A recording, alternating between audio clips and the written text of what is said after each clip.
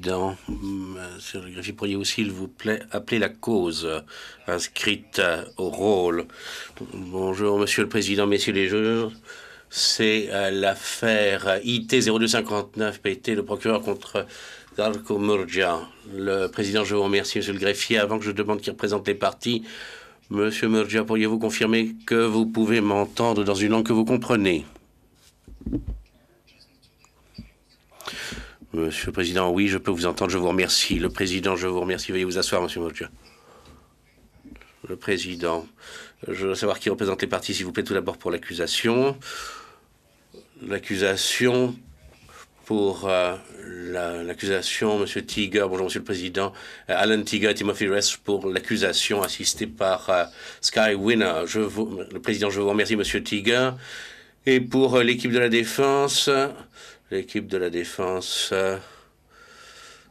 Monsieur Maître Dimitrievitch, Devoyoslav Dimitrievitch pour la défense. Avec mon co-conseil, Monsieur Wachenheim. Le Président, je vous remercie. Bonjour à tous dans cette salle d'audience et ainsi qu'à ceux qui nous assistent aujourd'hui en dehors de la salle d'audience. Nous nous réunissons ce jour afin de prononcer le jugement portant condamnation de Darko Murgia pour sa participation au meurtre d'environ 200 civils et aux actes inhumains sous forme de tentative d'assassinat commis contre 12 autres civils à Kodičanske Srinje en Bosnie-Herzégovine le 21 août 1992. Ce qui suit n'est qu'un résumé du jugement écrit et n'en fait pas partie intégrante. Le texte complet du jugement sera mis à la disposition du procureur, des avocats de la défense et du public à l'issue de l'audience. Nous rappellerons brièvement le contexte et les faits de la cause avant de passer en revue les facteurs pris en compte pour fixer la peine. Darko Murgia est né le 28 juin 1967 à Zagreb, en Croatie. Il a grandi à Tukovi, dans la municipalité de Prijedor, en Bosnie-Herzégovine, et a travaillé non loin de là à la mine d'Omarska. En 1992, lors du conflit en Bosnie-Herzégovine, il était membre d'une unité spéciale de la police dénommée Escouade d'intervention, placée sous le contrôle des autorités serbes de Prijedor. Le 26 avril 2002, le juge Liu a confirmé l'acte d'accusation établi par le procureur à l'encontre de Murgia, qui comprenait à l'origine 3 chefs d'inculpation: extermination en tant que crime contre l'humanité, chef d'inculpation 1, meurtre en tant que violation des lois ou coutumes de la guerre, chef d'inculpation 2, et actes inhumains en tant que crime contre l'humanité, chef d'inculpation 3. Le 13 juin 2002, Darko Murgia a été arrêté, puis transféré au quartier pénitentiaire du tribunal. Le 17 juin 2002, il a comparu devant le tribunal et a plaidé non coupable. Une année plus tard, le 24 juillet 2003, Darko Murgia a conclu avec le procureur un accord sur le plaidoyer au terme duquel le procureur a retiré le chef d'inculpation 1 avec le consentement de la chambre de première instance, Murgia reconnaissant quant à lui sa responsabilité pour les meurtres et les actes inhumains sous forme de tentative d'assassinat reprochés sous les chefs d'inculpation 2 et 3 et s'engageant à coopérer avec le procureur.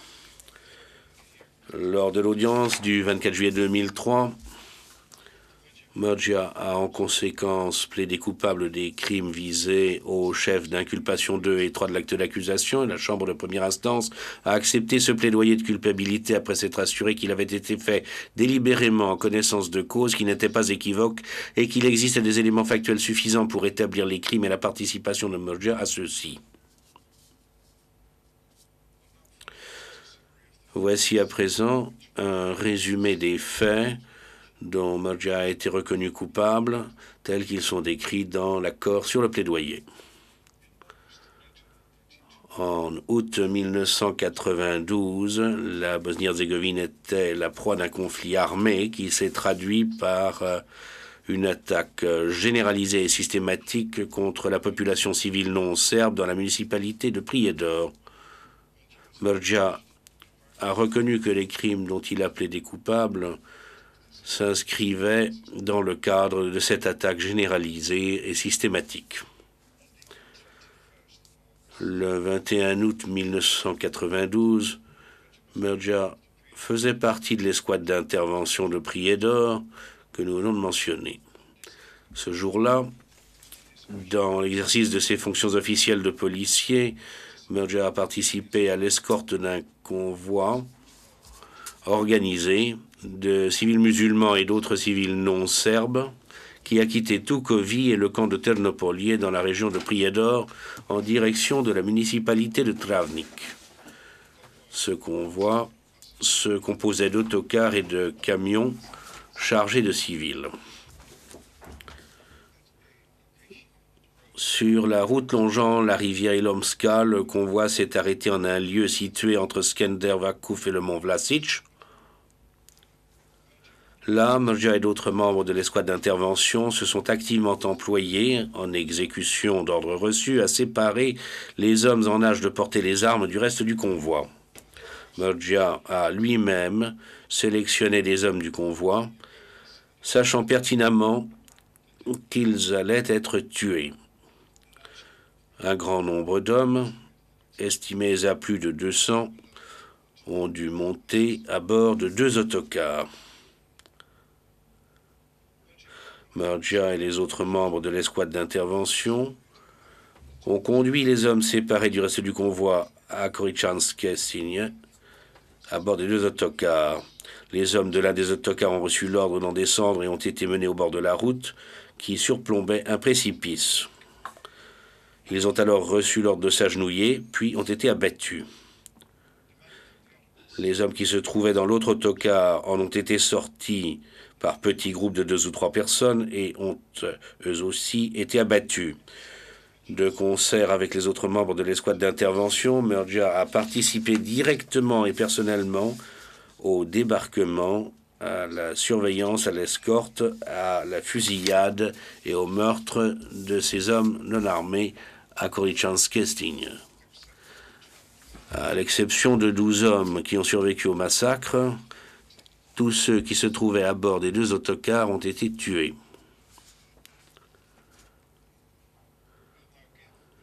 Nous allons à présent exposer succinctement les éléments pris en compte pour évaluer la gravité des crimes perpétrés. Nous évoquerons ensuite brièvement les circonstances aggravantes et atténuantes applicables en l'espèce. La gravité des crimes. Pour déterminer la gravité des crimes, nous avons tenu compte de l'ampleur et de la nature générale des infractions commises, du rôle joué par Darko Murgia, ainsi que des conséquences des crimes sur les victimes et leurs familles. S'agissant de l'ampleur des crimes, il n'a pas été possible de déterminer le nombre exact de civils que Murgia a lui-même tués. Sa participation à un massacre à grande échelle qui a coûté la vie à 200 civils environ ne fait toutefois aucun doute. Quant au rôle qu'il a joué, Murgia n'était certes pas le maître d'œuvre des crimes. De concert avec d'autres membres de l'escouade d'intervention, il a agi en exécution d'ordre de ses supérieurs. Nous considérons toutefois que le fait d'avoir participé personnellement à la sélection des civils qui allaient être tués, puis à leur meurtre et à la tentative d'assassinat contre 12 d'entre eux, sachant qu'une attaque généralisée et systématique contre des civils était en cours, rend les crimes dont il a à répondre particulièrement graves. Nous avons enfin mesuré la gravité des crimes commis par Merdja à la lumière de leurs conséquences sur les victimes et leurs familles. Pour ce faire, nous avons examiné les déclarations de certains survivants des massacres présentées par le procureur. Nous avons également entendu 2 témoins lors de l'audience du 24 juillet 2003.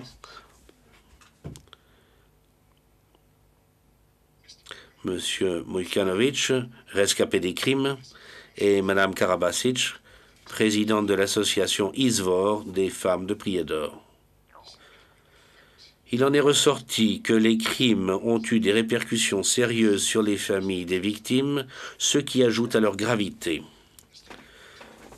Quant à leurs conséquences sur les victimes elles-mêmes, nous avons été convaincus au-delà de tout doute raisonnable que la plupart de ces personnes se sont vues infliger des souffrances sensiblement plus grandes que celles habituellement endurées par les victimes de meurtres et d'actes inhumains, et nous avons retenu l'intensité de ces souffrances comme une circonstance aggravante.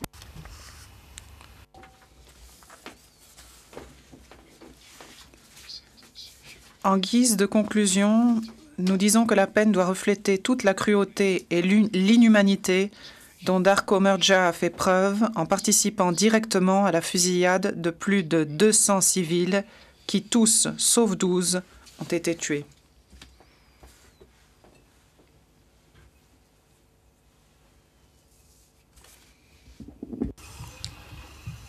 Aggravating and mitigating circumstances. Circonstances aggravantes et atténuantes. En plus du facteur d'aggravation de la peine déjà mentionné en relation avec les conséquences des crimes sur les victimes, nous avons retenu 2 circonstances aggravantes invoquées par le procureur, à savoir la vulnérabilité des victimes et, d'autre part, la position d'autorité de Merdja. S'agissant de la première, nous estimons que le fait que les victimes étaient des civils ne peut être considéré en soi comme une circonstance aggravante, étant donné qu'il s'agit là déjà d'un élément constitutif du crime de meurtre en tant que violation des lois ou coutumes de la guerre et de celui d'actes inhumains en tant que crime contre l'humanité. Nous estimons en revanche que le fait que la plupart des victimes étaient précédemment détenues dans des camps et donc particulièrement vulnérables, ce fait doit être considéré comme une circonstance aggravante. Nous avons également retenu la position d'autorité de Darko Merdja en tant que policier comme circonstance aggravante, sans toutefois lui accorder beaucoup de poids.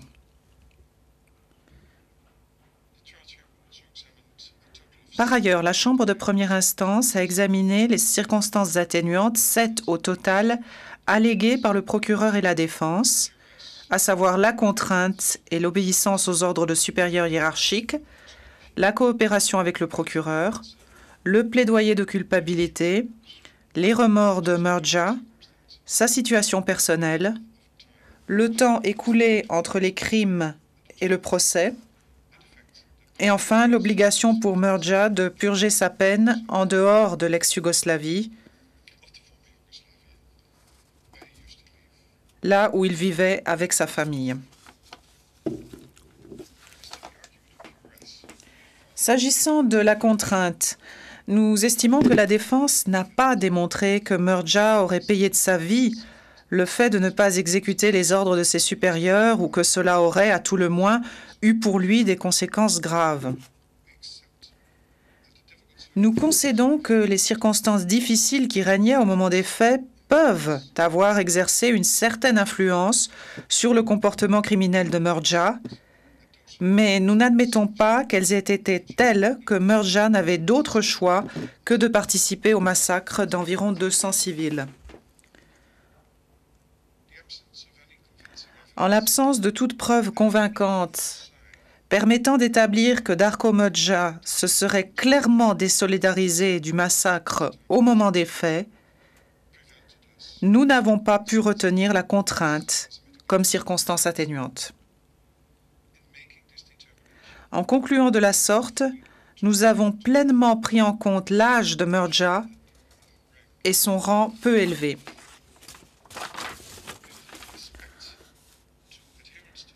S'agissant du fait d'avoir agi en exécution d'ordres de supérieurs hiérarchiques, facteur qu'au terme de l'article 7.4 du statut du tribunal, les juges peuvent, dans l'exercice de leur pouvoir discrétionnaire, considérer comme un motif de diminution de la peine, nous estimons que les ordres en vertu desquels Murdja a agi étaient si manifestement illicites que l'accusé devait forcément savoir qu'il violait les droits les plus élémentaires de la guerre et les principes fondamentaux d'humanité. Le fait que Murdja n'ait pas agi de sa propre initiative, mais se soit conformé à de tels ordres, ne justifie donc aucune atténuation de la peine. S'agissant de la coopération de Murdja avec le procureur, nous nous rangeons à l'avis de ce dernier, qui affirme qu'elle a été substantielle, et nous la retenons à titre de circonstance atténuante. Nous estimons également que le plaidoyer de culpabilité de Murdja aide à l'établissement de la vérité autour des crimes commis à Korichanske-Stijene et peut contribuer à promouvoir la réconciliation entre les peuples de Bosnie-Herzégovine. Accessoirement, nous notons que ce plaidoyer a permis de faire l'économie d'un long procès et d'éviter qu'un grand nombre de victimes et de témoins ne doivent venir témoigner devant le tribunal. Nous considérons donc le plaidoyer de culpabilité comme une circonstance atténuante. Quant au remords, nous estimons que ceux exprimés par Murdja sont sincères et méritent d'être pris en compte comme facteur d'atténuation de la peine. S'agissant de la situation personnelle de Murdja, et en particulier du fait qu'il a grandi dans des circonstances difficiles, qu'il s'est bien comporté en détention et que, depuis les événements d'août 1992, il s'est marié et a eu 2 enfants, dont l'un souffre d'une maladie chronique, nous estimons que cette situation doit, dans sa globalité, être considérée comme un facteur de diminution de la peine, qui n'a toutefois que peu de poids. S'agissant du long laps de temps qui s'est écoulé entre les crimes et le procès, nous notons que la défense semble confondre cette question avec celle du droit d'être jugé dans un délai raisonnable. Or, la violation de ce droit-là ne peut être invoquée dans la présente affaire, puisqu'un tel droit ne prend effet qu'à partir du moment où un accusé a été officiellement mis en accusation par le tribunal ou arrêté. Or, Murdja a été mis en accusation le 26 avril 2002,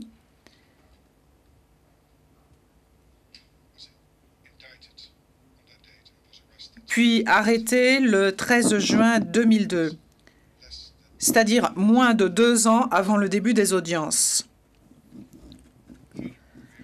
De plus, nous sommes d'avis que pour des crimes du type de ceux qui sont reprochés en l'espèce, des crimes d'une telle gravité qu'elles justifient leur imprescriptibilité,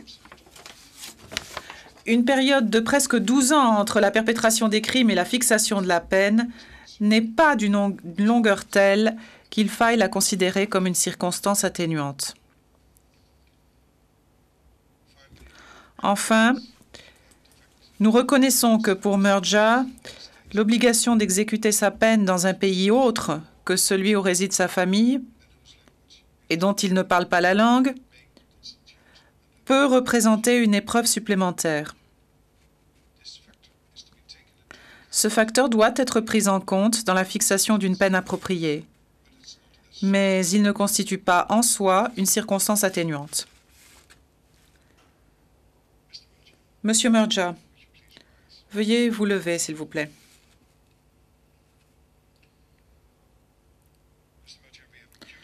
Monsieur Murdja, nous avons dûment analysé les éléments permettant de déterminer avec précision la gravité des meurtres constitutifs de crimes de guerre et des actes inhumains, à savoir tentative d'assassinat, constitutifs de crimes contre l'humanité, dont vous avez été déclaré coupable. La peine qui vous est infligée doit être proportionnelle à toute la gravité, la cruauté et l'inhumanité du massacre qui a coûté la vie à environ 200 civils et infligé des souffrances considérables aux survivants et aux familles des victimes. Nous considérons comme des circonstances aggravantes la vulnérabilité particulière des victimes au moment où ces crimes ont été commis et les souffrances exceptionnellement grandes que vous leur avez infligées. Votre position d'autorité en tant que policier a également été retenue comme une circonstance aggravante, d'un poids toutefois limité. Nous avons, en outre, tenu compte de la plupart des circonstances atténuantes que vous avez invoquées. Vous avez coopéré de façon substantielle avec le procureur. Vous avez plaidé coupable et vous avez exprimé des remords. Votre situation personnelle et familiale a elle aussi été prise en compte. Nous avons en revanche rejeté les arguments que vous avez invoqués, s'agissant de la contrainte, du fait d'avoir agi sur les ordres de supérieurs hiérarchiques et du temps écoulé depuis la commission des crimes. La Chambre de première instance vous condamne, Darko Mrja, à 17 années d'emprisonnement. La durée de votre détention préventive, soit 658 jours, sera déduite de cette peine. Veuillez vous rasseoir.